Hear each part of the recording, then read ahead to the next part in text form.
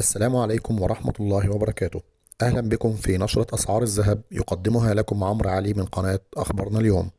رجاء لا تنسوا الاشتراك في القناة عن طريق الضغط على زر الاشتراك باللون الأحمر أسفل الفيديو وتفعيل زر الجرس ليصلكم كل جديد من الأخبار أولا بأول. وإليكم نشرة الأسعار بعد الفصل.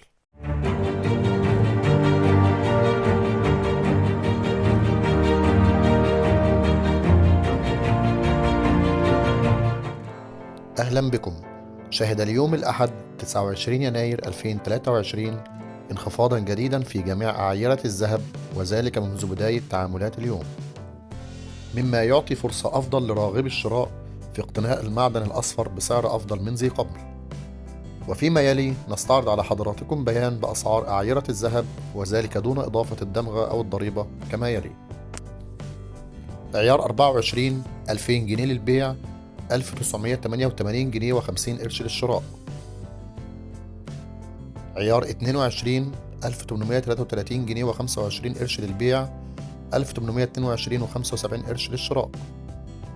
عيار 21 1750 جنيه للبيع، 1740 جنيه للشراء. عيار 18 1500 جنيه للبيع، 1491 جنيه و50 قرش للشراء. عيار 14 1166 جنيه و75 قرش للبيع، 1160 جنيه للشراء. الجنيه الذهب 14000 للبيع، 15240 جنيه للشراء. أونصة الذهب 1930 دولارا للبيع، 1926 دولارا للشراء.